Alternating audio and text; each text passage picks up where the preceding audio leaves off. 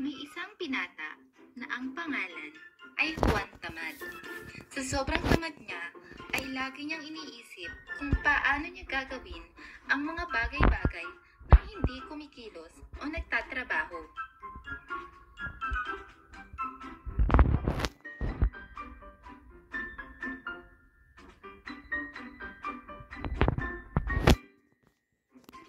Isang araw, nakakita siya ng isang puno ng bayabas.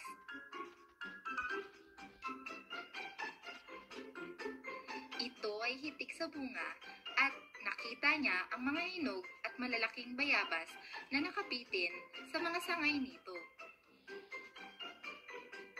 Hindi ganoon kataas ang puno ng bayabas. Sa katunayan, ay kayang-kayang abutin ni Juan ang mga bunga nito kung kanya lamang iuunat ang kanyang mga kamay at siya ay tatalon ng bahagya. Ngunit hindi nag-abala si Juan na gawin ang mga simpleng hakbang na iyon. Bakit ko kailangan abutin ang prutas na yun? Kung alam ko naman na sa huli, ito ay mahuhulog sa sanga ng puno at mapupunta sa akin. Sabi ni Juan sa sarili niya. At nakaisip siya ng isang plano. Pinuntahan niya ang puno ng bayabas at humiga siya sa ilalim ng mga nakabitin na prutas. Maghihintay ako dito hanggang mahulog ang bayabas sa aking bibig. Sa gayon, ay hindi ko na kailangan pang isubo ito para kainin. At doon ay matyagang hinintay ni Juan na mahulog ang bayabas sa kanyang bibig. Sa kanyang pag-aantay ay nakaidlip si Juan. Habang siya ay natutulog, ay naramdaman ni Juan Tamad ang nahuhulog na mga buto ng bayabas at ang patak ng katas nito sa kanyang muka.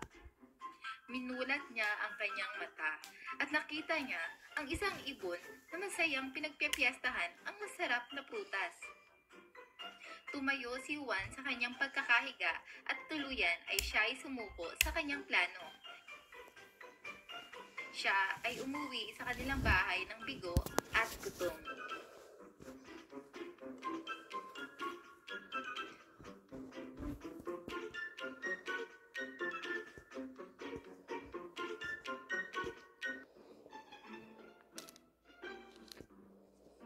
Isang araw, si Juan ay inutusan ng kanyang inang si Aling Maria.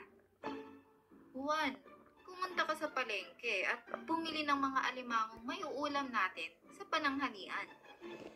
Binigyan ng ina si Juan ng pera at pinagsabihang lumakad ka ng hindi tanghaliin.